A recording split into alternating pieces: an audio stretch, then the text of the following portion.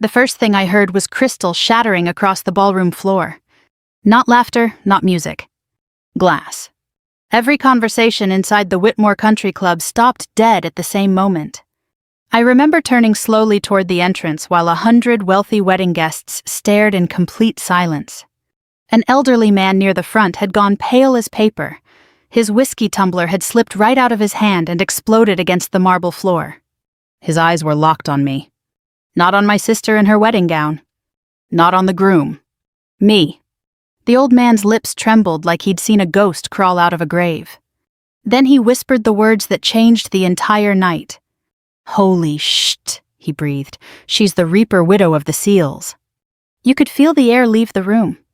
My father froze beside him. My mother looked confused. My sister Emily stopped smiling halfway through greeting her guests. And suddenly every person in that ballroom was staring at me like they were seeing me for the first time in their lives. Funny thing is, I'd been invisible to my family for almost 15 years. Especially after the war. Especially after Afghanistan. Especially after I came home different. But I'm getting ahead of myself. My name is Claire Walker. I'm 38 years old, retired Navy Special Operations Support Command, though most of my service record still technically doesn't exist to the public. I live alone outside Virginia Beach with an old yellow lab named Murphy, and more silence than most people could tolerate. And 3 days before my sister's wedding, I almost didn't go home at all. I was standing in my kitchen, staring at the invitation taped to the refrigerator when my phone rang. My mother. I let it ring 4 times before answering. "Hi, Mom." "Oh, good, you picked up." Her voice already sounded nervous. "Your father's been wondering if you're still coming." That made me laugh quietly. Dad wasn't wondering. Dad was hoping I wouldn't. "I bought the plane ticket," I said. "I'll be there Friday." A pause. Then the careful voice she always used around me. "That's good, sweetheart." Sweetheart? My mother started talking to me like I was fragile after my second deployment, like one loud noise might crack me open. She never used to sound afraid of me before the military. Before the newspapers started using words like classified combat operations and decorated service member. Before my divorce. "You'll stay at the house?" she asked. I booked a hotel. Another silence.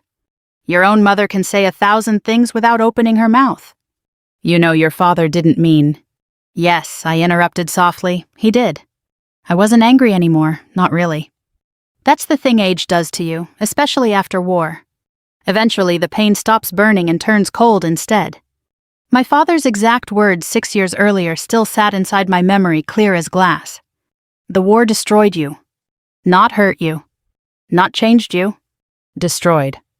Like I'd been turned into something broken beyond repair. I'd just returned from my final deployment when he said it. I remember standing in my parents' kitchen wearing civilian clothes that still felt strange on my body. My hands shook back then. I barely slept. Sudden noises made my chest lock tight.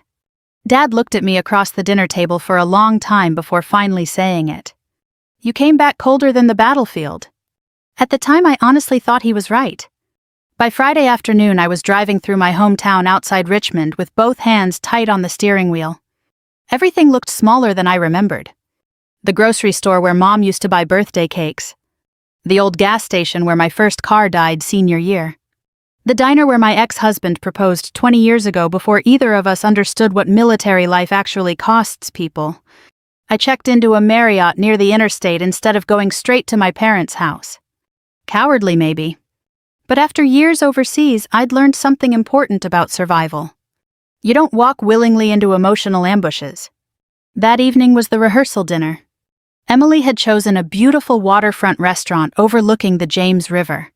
White lights wrapped around the railings. Jazz music drifted through open windows. Rich people everywhere. The groom's family had money, serious money. Old Virginia money. Defense contracts, real estate, political connections. Exactly the kind of people my father spent his entire life trying to impress.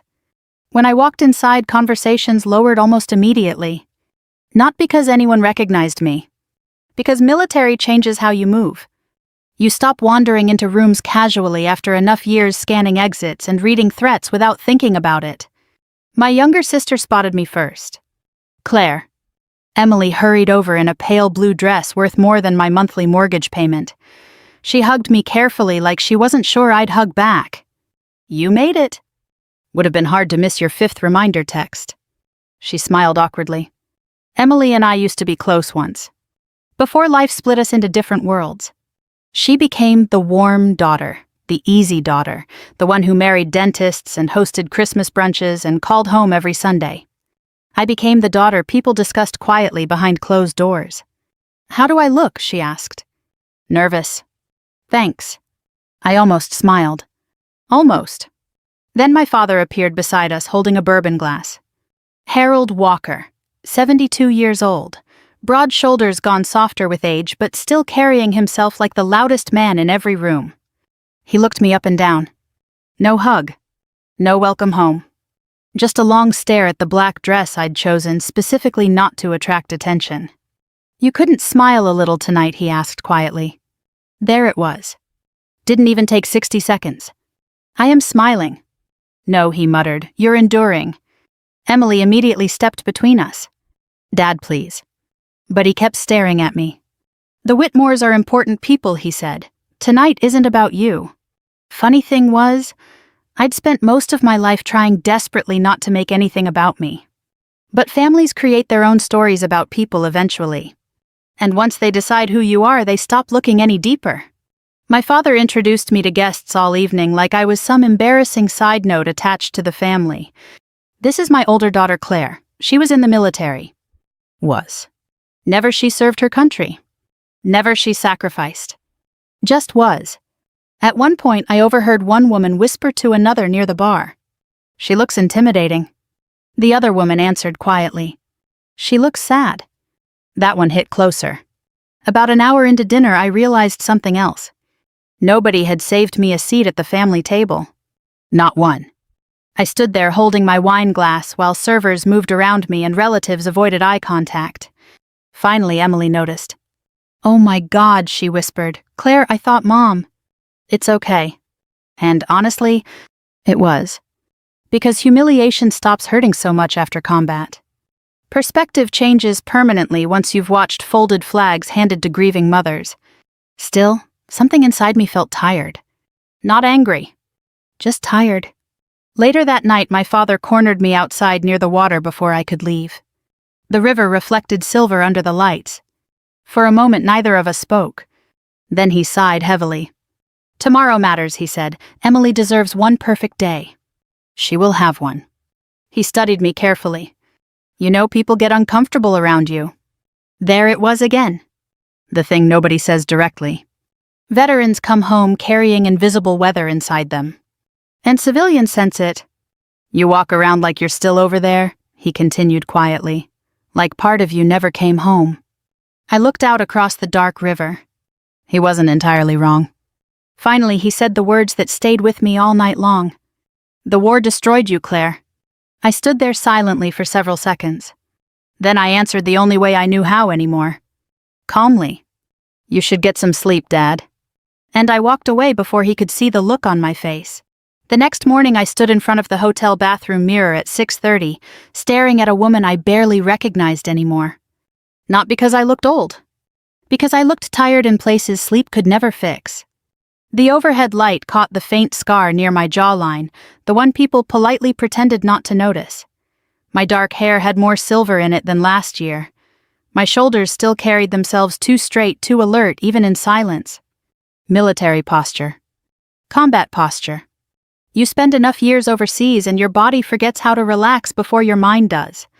I adjusted the collar of my charcoal gray suit jacket and looked down at the small velvet box sitting beside the sink. Inside was my Navy Cross. I almost brought it to the wedding. Then I laughed at myself and snapped the box shut again. What kind of person wears medals to her sister's wedding? Besides, my family never cared about medals anyway. To them, military service had always been something abstract and uncomfortable, noble from a distance, inconvenient up close. Especially after I came home carrying pieces of war they couldn't understand.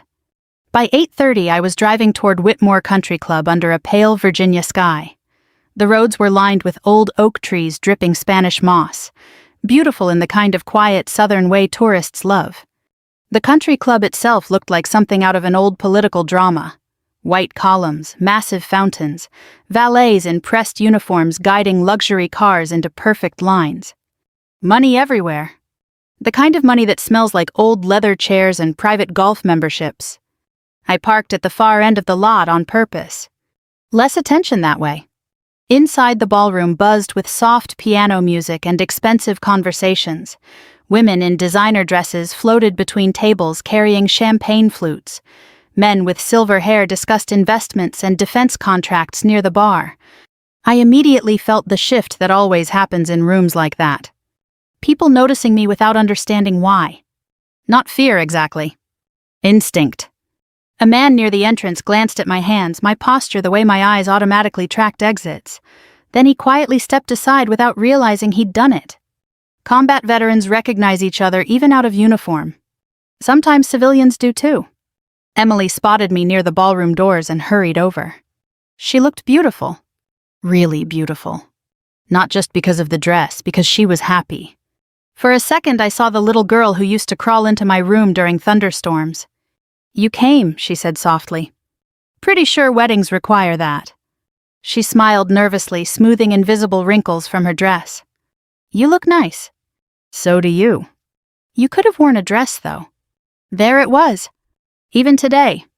I glanced down at my tailored suit. "It's a wedding, not a beauty pageant." Emily sighed quietly. "Claire, just try today, okay?" "Try what?" "Not scaring people." I looked at her for a long moment. Then I nodded once. Because arguing before a wedding helps nobody. A few minutes later, my mother rushed over, already flustered. "Claire, sweetheart, thank God." She grabbed my arm. "The seating cards got mixed up last night, but we fixed everything." "Of course they did." "Now." Mom adjusted my jacket gently. "You look thin." "You've said that every year since 2008. "That's because it's true." Her eyes softened suddenly. "You sleeping any better?" I hesitated. "Sometimes." She nodded like that answer hurt her. Before she could say more, my father appeared beside us wearing a navy tuxedo, and the same expression he always wore around wealthy people, desperate confidence. "Claire," he said sharply, "come meet the Whitmores." "Not would you like to?" "Just come." I followed him across the ballroom toward a cluster of elegantly dressed guests near the windows. As we walked, Dad leaned closer. "Please try not to be intense today." I almost laughed. Intense. You know what I mean. Actually, I didn't. But after years of these conversations, I'd learned asking only made things worse. The Whitmores looked exactly like old Virginia wealth usually looks.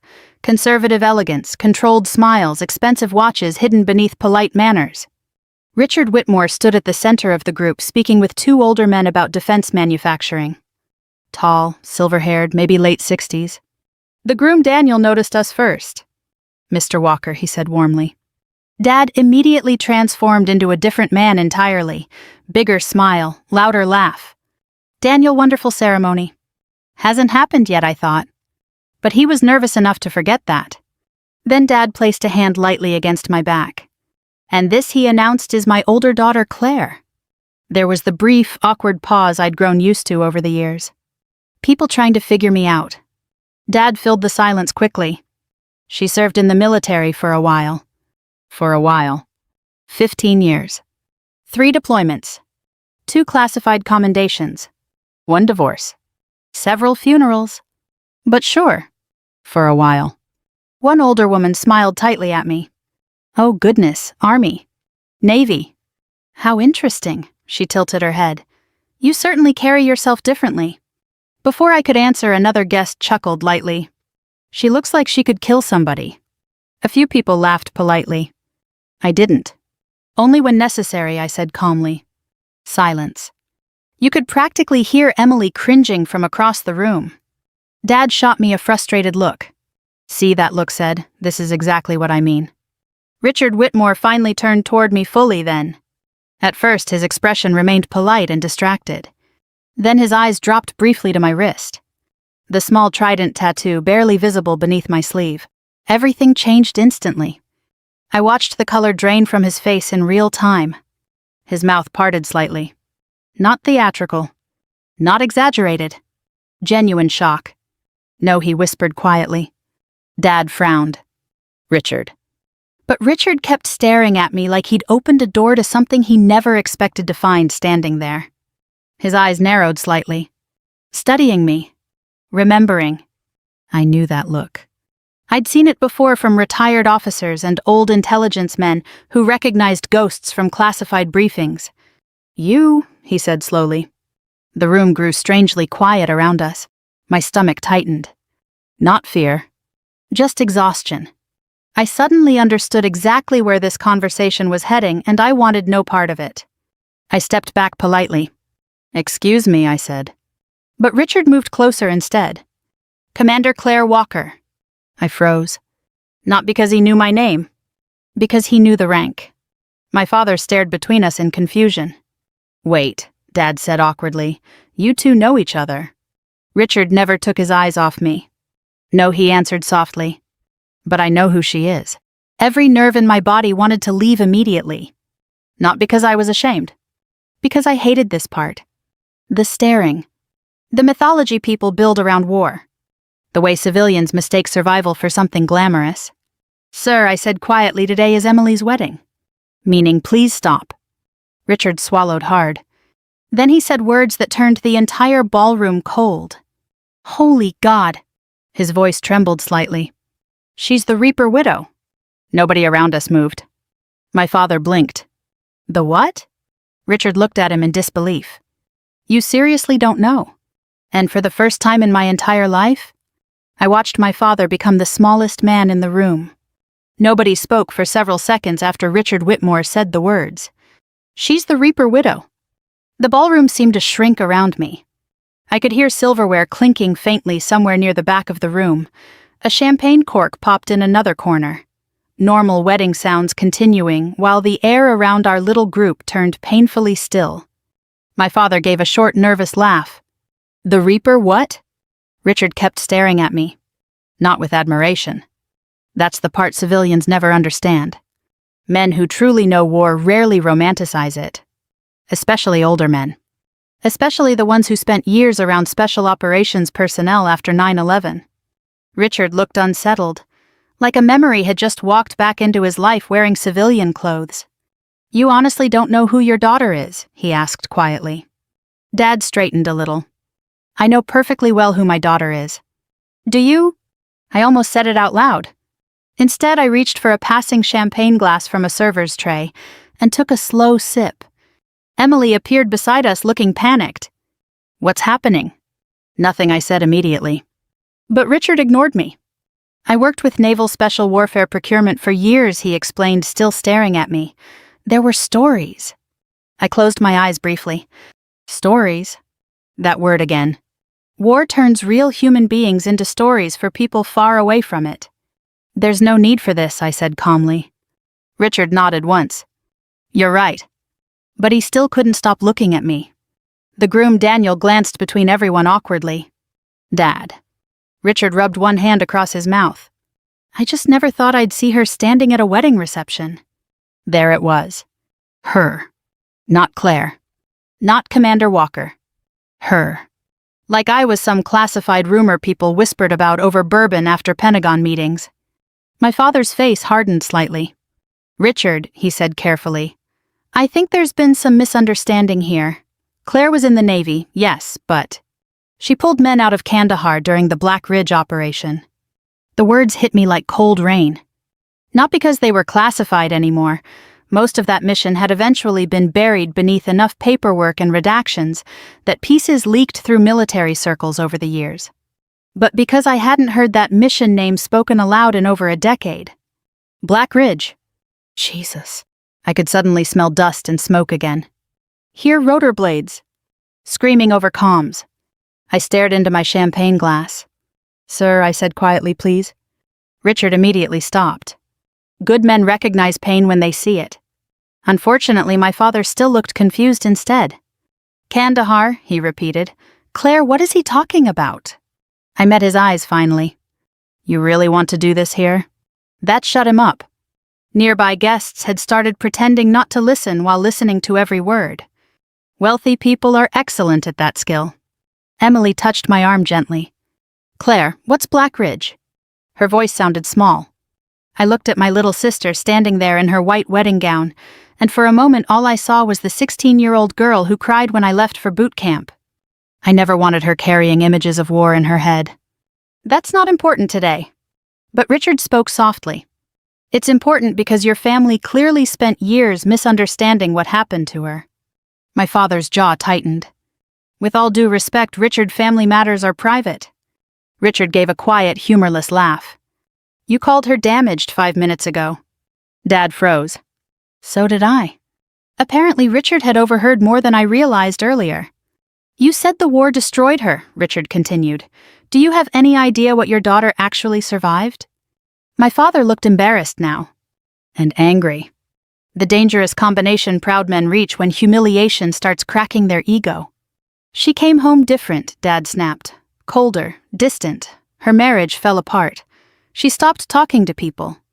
Because she went to war, Richard replied sharply. The room went silent again. Not dramatic silence. Heavy silence. The kind older people understand well. The silence that comes right before someone is forced to confront an ugly truth. I could see Emily beginning to shake slightly. Claire, she whispered what happened over there. I looked away toward the ballroom windows. Outside sunlight reflected beautifully across the golf course lake. Peaceful. Safe. Nothing like Afghanistan. I lost people, I said simply. Dad crossed his arms. Everyone loses people. I turned toward him slowly. And for the first time all weekend, something inside me cracked open. Not like that. My voice stayed calm. That almost made it worse. I watched 22-year-old boys bleed out asking for their mothers. I continued quietly. I zipped friends into bags, Dad. I wrote letters to wives explaining why their husbands weren't coming home. Nobody moved. You think I came back cold? I asked. I came back carrying ghosts. Emily suddenly covered her mouth. My mother looked near tears. But my father still looked defensive because some men mistake vulnerability for accusation. I didn't know, he muttered. I almost laughed. How could you not know? Then again, I never told them much. Classified work becomes a wall eventually.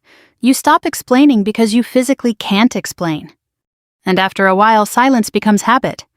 Richard spoke carefully now. There were men who credited her with saving entire extraction teams.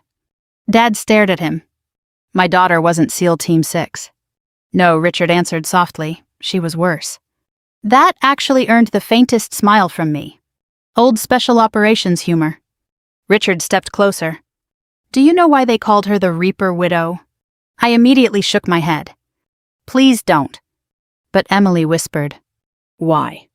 Richard hesitated, then answered quietly.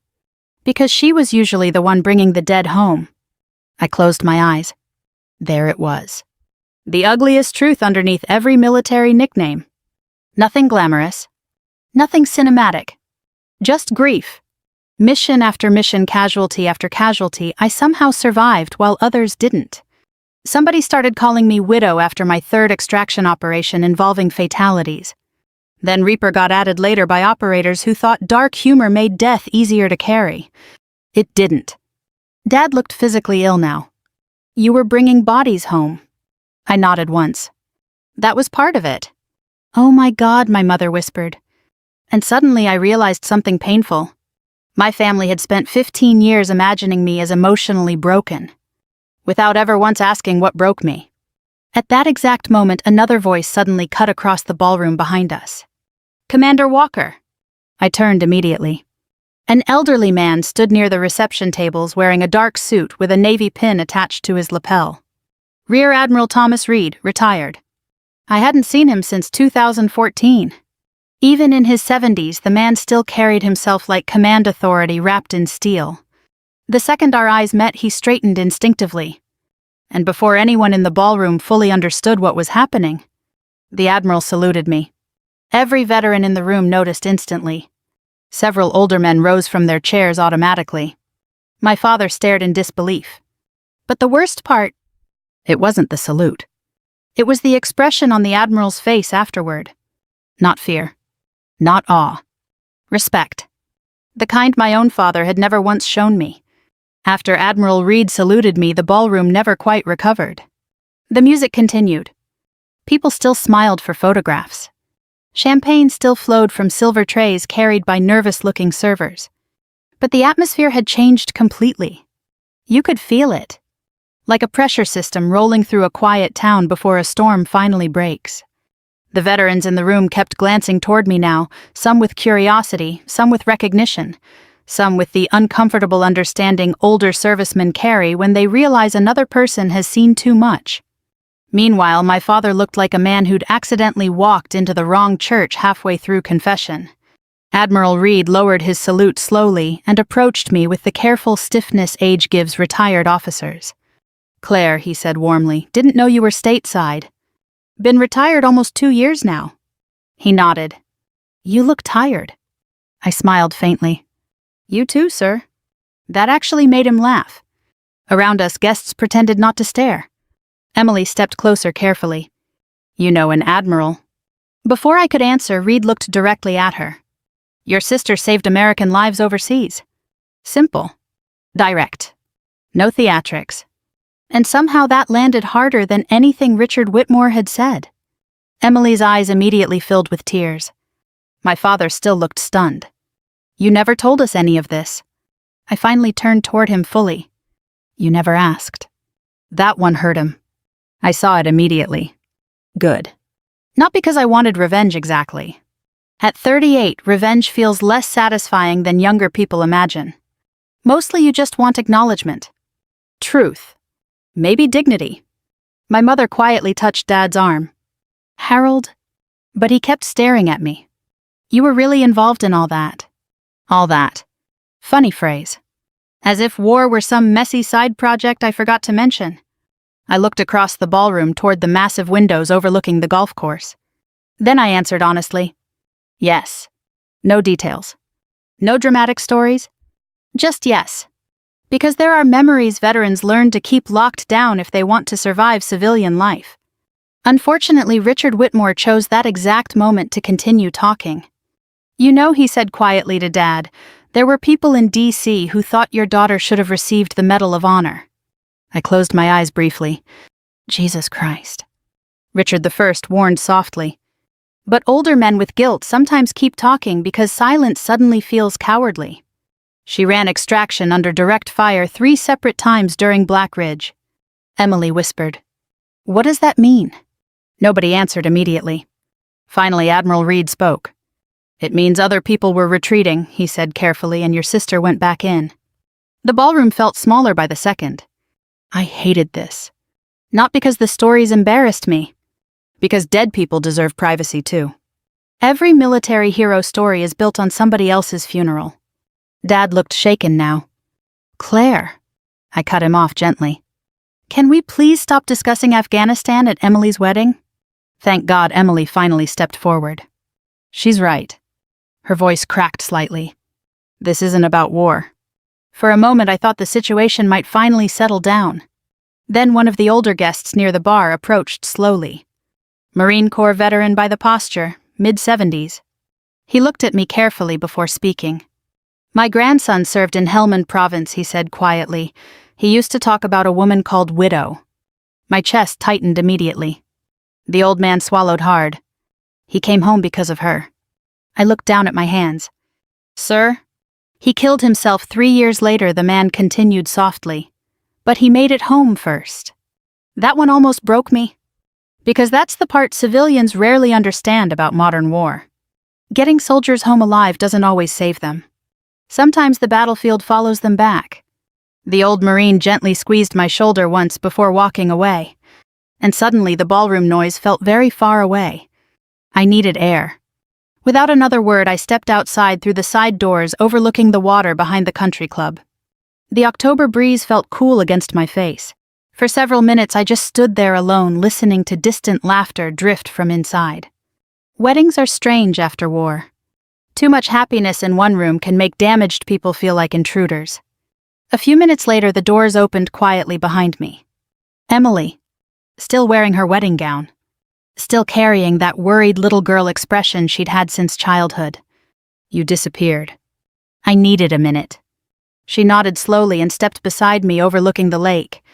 For a while, neither of us spoke. Then she finally whispered, "Were you really that famous?" I laughed softly. Famous. God. Number. But they looked terrified. Not terrified.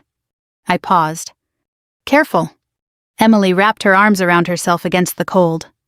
Dad always said the military changed you. It did. But not like this. There it was again. The realization slowly hitting her. For years, my family had reduced everything complicated about me into one simple explanation. Claire became difficult. Claire became cold. Claire became distant. None of them had ever stopped to ask why. Emily's voice grew smaller. Were you scared over there? That question nearly undid me more than all the military talk inside. Because she sounded like my baby sister again. Not a bride. Not an adult woman. Just Emily. I stared out across the dark water. Every day. She looked shocked. You. I almost smiled. Especially me. Fear keeps people alive. The fearless ones usually come home in flag-draped coffins. I thought special operators weren't afraid. That's movie nonsense. I glanced toward her. The brave people are usually terrified. They just keep moving anyway. Emily wiped at her eyes carefully. I'm sorry. For what? For believing Dad. That hit deeper than she realized. I leaned against the railing quietly. Your whole life they compared us differently, she continued. You were the difficult daughter. I was the easy one. You were never easy, I said dryly. That made her laugh through tears. Then her expression turned serious again. When you came home after deployments, I didn't know how to talk to you anymore. Neither did I. That was the truth nobody says out loud about veterans returning home. Families expect reunions. What they actually get are strangers trying to recognize each other again. I thought maybe you stopped loving us, Emily whispered. I looked at her sharply. Number. Then why'd you stay away so long? Because it was easier. Because silence feels safer than disappointing people. Because once civilians decide you're damaged, eventually you start believing them. But I couldn't say any of that out loud. Before I answered, the doors behind us opened again. This time it was Dad. He looked older than he had yesterday. Older than he had that morning even. For several seconds he simply stood there staring at us. Then his eyes settled on me. I need to ask you something, he said quietly. I already knew the question before he spoke it. How many men died under your command? The wind moved softly across the lake. And for the first time since returning home, I saw genuine fear in my father's eyes. Not fear of me. Fear for me. My father stood across from me beside the lake, waiting for an answer neither of us truly wanted to hear. Behind him, warm golden light spilled from the ballroom windows. I could still hear muffled music drifting through the glass. Somewhere inside, guests were laughing politely over wedding cake and expensive bourbon. But out there by the water, none of that mattered anymore. How many men died under your command, he repeated quietly. Emily inhaled sharply beside me. I looked at my father for a long moment before answering. I stopped counting. The truth landed harder than any dramatic number could have. Dad's face tightened. Not judgment this time. Pain. I think that was the moment he finally understood war isn't measured by medals or headlines. It's measured by names you carry forever. I didn't know he whispered again. This time I believed him. Because people my father's age grew up in a different America. A quieter America. Soldiers came home from Vietnam broken in ways nobody knew how to discuss, so entire generations learned to avoid uncomfortable conversations altogether. Men buried pain. Women carried families. And trauma sat silently at dinner tables for decades. Dad took a slow breath. When you were little, he said carefully, you used to cry if birds hit the windows outside. I smiled faintly despite myself. I remember. You buried a dead squirrel in the backyard when you were 9 because you didn't want it left alone. Emily laughed softly through tears. Oh my God, I forgot about that. Dad stared at me. I can't reconcile that little girl with what? He looked away toward the dark lake. With someone people call Reaper Widow. There it was. The thing haunting him. The nickname. not understanding how war could turn a gentle child into something whispered about by hardened military men. I leaned against the railing slowly. It didn't turn me into something else, I said. It forced me to survive things. Dad rubbed both hands over his face tiredly. That's worse. For several moments, nobody spoke. Then Emily quietly asked, "What really happened in Afghanistan?" I closed my eyes briefly. Some memories age like rusted metal. Touch them years later and they still cut. But for the first time in my life, my family wasn't asking out of curiosity. They were asking because they finally wanted to understand me. So I answered. Black Ridge was supposed to be a simple extraction, I said quietly. Intel went bad. Even now my voice automatically flattened into operational calm whenever discussing combat. Training never leaves completely. A SEAL reconnaissance team got trapped inside a valley compound after insurgents intercepted their route. They were outnumbered and cut off. Emily looked pale already. Dad listened silently. We lost air support because of a sandstorm. Communications kept dropping. Nobody could get to them. I stared out at the water. But somebody had to try. The October wind carried distant laughter from inside the ballroom. Funny how life keeps moving while people describe the worst moments they've ever lived through. We got there too late for some of them, I continued quietly. My father swallowed hard. How old were they? Most 23, 24. Jesus. The expression on Dad's face shifted immediately. Because suddenly those weren't soldiers anymore. They were boys. Somebody's sons.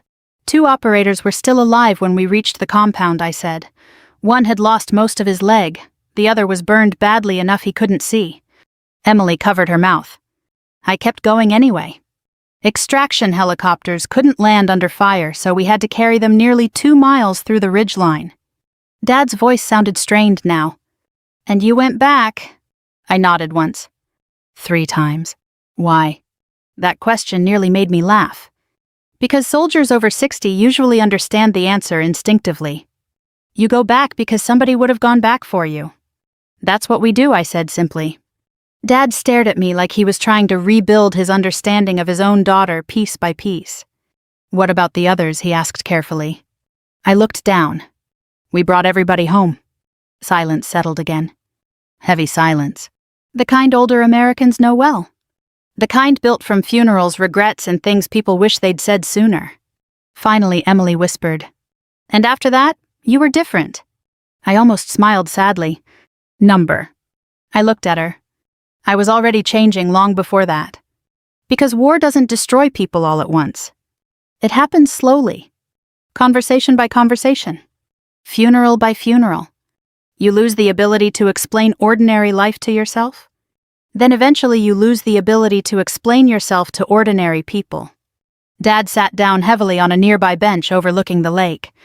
For the first time in my entire life, he looked small to me. Not weak. Just human.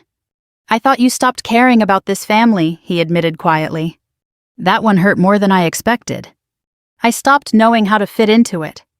He nodded slowly like the answer made terrible sense. You'd come home and sit there silently during Christmas dinner, he said. You'd stare at doors, windows, crowds. I was checking exits, even around us. Yes. The word came out before I could soften it.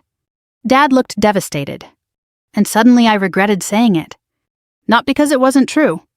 Because parents aren't built to hear their children describe living in survival mode. I thought you were judging us, he said quietly. Number. I sat beside him. I was trying to calm my nervous system enough to feel safe indoors. That finally broke something in him.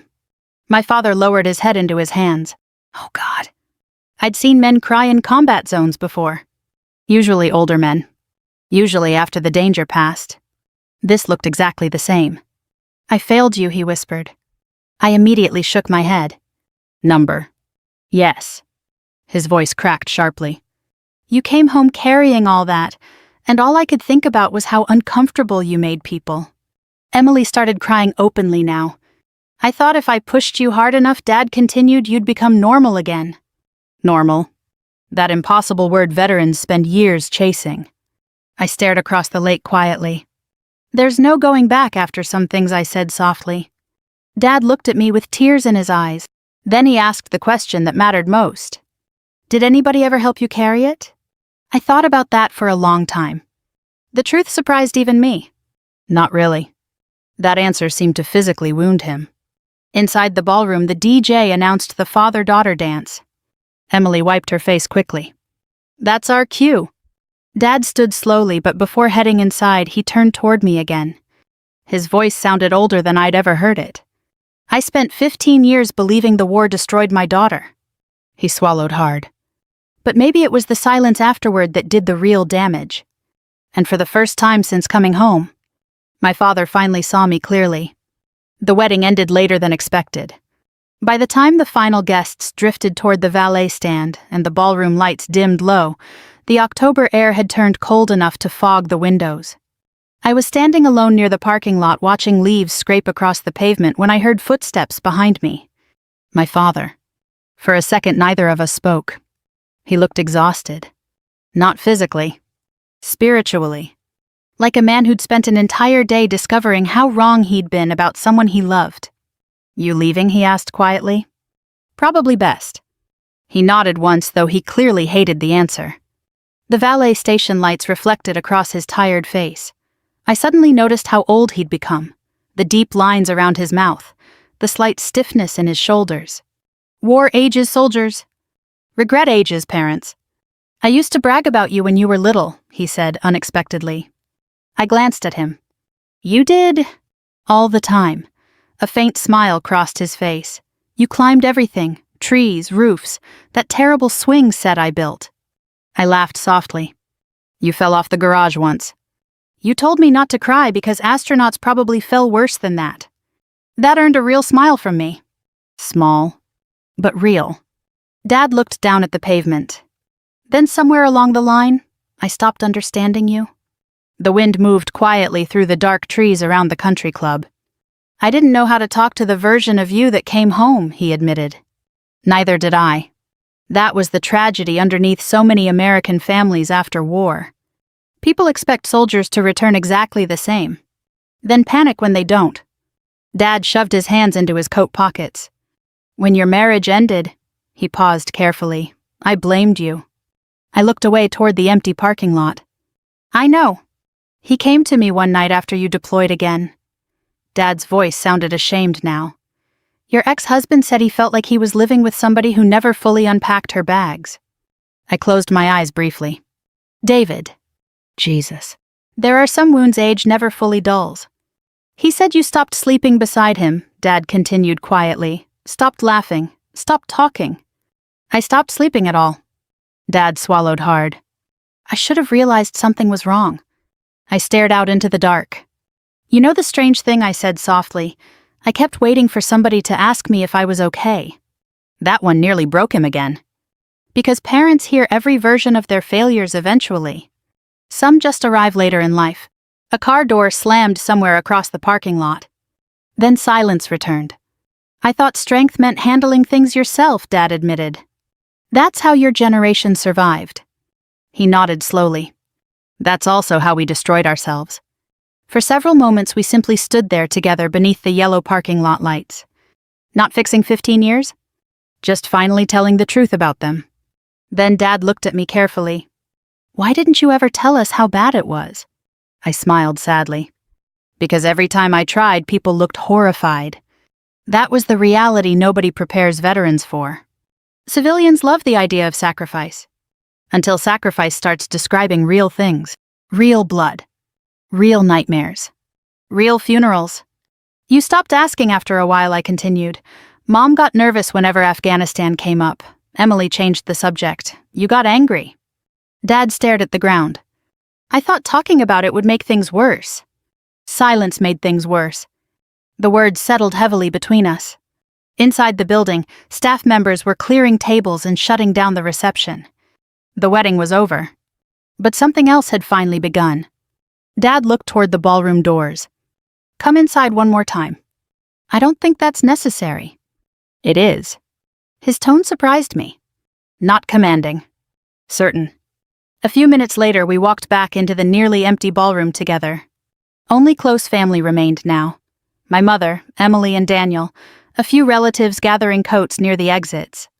Conversation stopped immediately when they saw us. Dad moved slowly toward the center of the room. Then he did something I never expected to see for the rest of my life.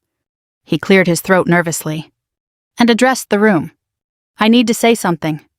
Emily looked confused. Mom already seemed emotional again. Dad turned toward me fully. "When Claire came home from the military, I thought the war had destroyed my daughter." The room went completely silent. "But tonight I realized something." His voice cracked slightly. "The war didn't destroy her." He swallowed hard. "It revealed how weak the rest of us were." I immediately shook my head. "Dad."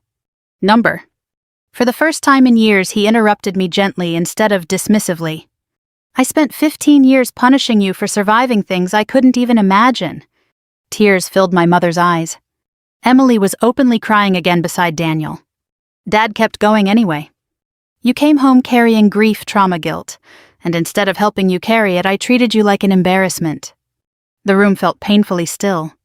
"I kept saying the military made you cold." His voice broke completely now. "But maybe you were just exhausted from carrying pain alone." Nobody moved. Nobody spoke. And suddenly I realized something shocking. My father had been carrying shame too. Not because of me. Because deep down he knew he'd abandoned his daughter emotionally when she needed him most. He stepped closer carefully. "I am so sorry, Claire." Not polished. Not dramatic. Just honest. And somehow honesty hits harder after 60 than pride ever does.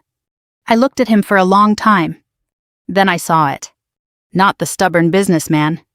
Not the critical father. Just an aging man terrified he'd run out of time to repair his family. Emily suddenly crossed the room and hugged me tightly. For years, physical affection between us had felt awkward and forced. Not this time.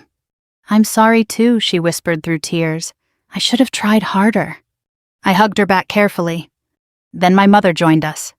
Then somehow all four of us ended up standing there together in the middle of a half-empty ballroom, holding onto each other like survivors after a storm. Even Daniel looked emotional. Richard Whitmore watched quietly from across the room before finally approaching me one last time. "You know," he said softly, "there are men in Washington who still talk about you like a ghost story." I shook my head faintly. "They should talk about the ones who didn't come home."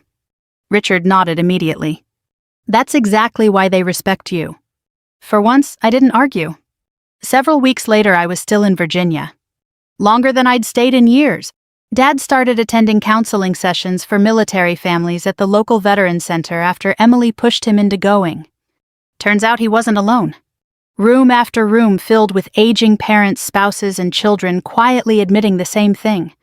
We didn't know how to bring them home. Neither did the veterans. That was the heartbreaking part. We were all improvising. One Saturday morning, Dad and I sat on his back porch drinking coffee while autumn leaves drifted across the yard. Peaceful. Ordinary. The kind of morning I used to think I'd never deserve again. "You know," Dad said quietly, "you finally seem lighter." I looked out toward the trees. "Maybe because somebody's helping me carry it now." He nodded slowly. Then, after a long silence, he said the words I'd waited years to hear. "I'm proud of you, Claire. Not for medals. Not for combat. For surviving." And strangely enough, that mattered more. If this story touched you in some way, maybe take a moment tonight to call someone who came home different. A veteran, a spouse, a parent. Sometimes people don't need perfect words.